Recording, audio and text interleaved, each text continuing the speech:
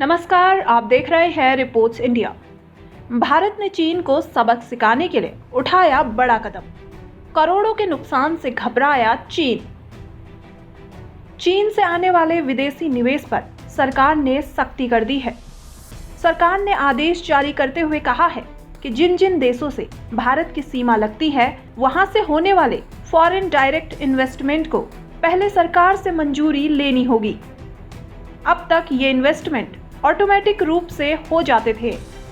अब चीन समेत सभी पड़ोसी देशों से एफडीआई पर मंजूरी लेनी जरूरी होगी। भारत द्वारा किए गए एफडीआई नियमों में बदलाव पर चीन ने कड़ी प्रतिक्रिया जताई है। भारत में चीन के राजदूत ने इन बदलाव को डब्ल्यूटीओ नियमों के खिलाफ बताया है। चीन की तरफ से कहा गया है कि चीन ने भारत में बहुत बड़ा निवेश किया है।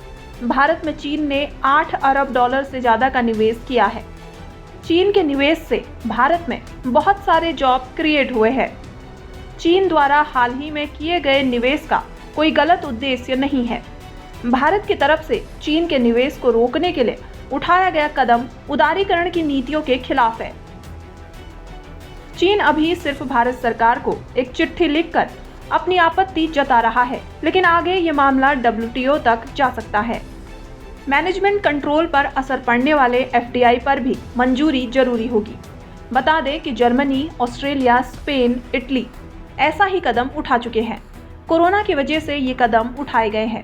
सरकार के इस कदम का लक्ष्य वैल्यूएशन में गिरावट का फायदा उठाने वालों पर सख्ती करना है। सरकार ने ये निर्णय हाल ही में चाइना के सेंट्रल बैंक द्वारा भारतीय company housing development finance corporation HDFC में हिस्सेदारी बढ़ाकर 1% से कुछ ज्यादा करने के बाद लिया है। गौरतलब है कि ऐसी खबरें आई हैं कि कोरोना से फैली अफरा तफरी का फायदा उठाते हुए चीन पूरी दुनिया में अपना निवेश तेजी से बढ़ा रहा है।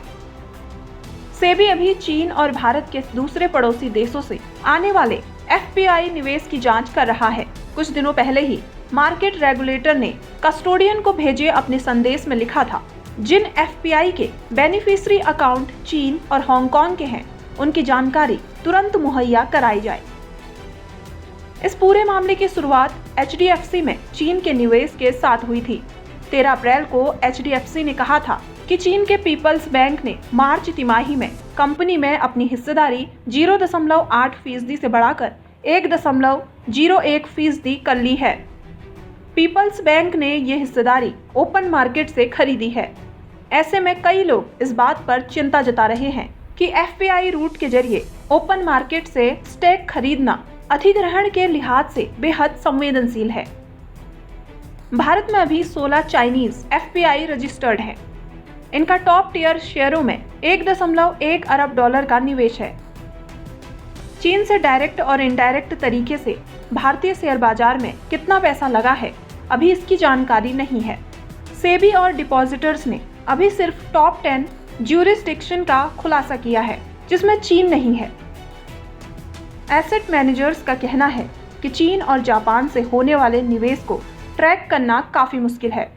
इन देशों से आने वाला निवेश या तो बहुत छोटा है या फिर वो इंडियन एसेट मैनेजर्स के जरिए निवेश नहीं करते हैं। आज इस रिपोर्ट में बस इतना ही। अगर आपको हमारा वीडियो पसंद आए तो लाइक, शेयर और सब्सक्राइब करना ना भूलें। रिपोर्ट्स इंडिया की खबर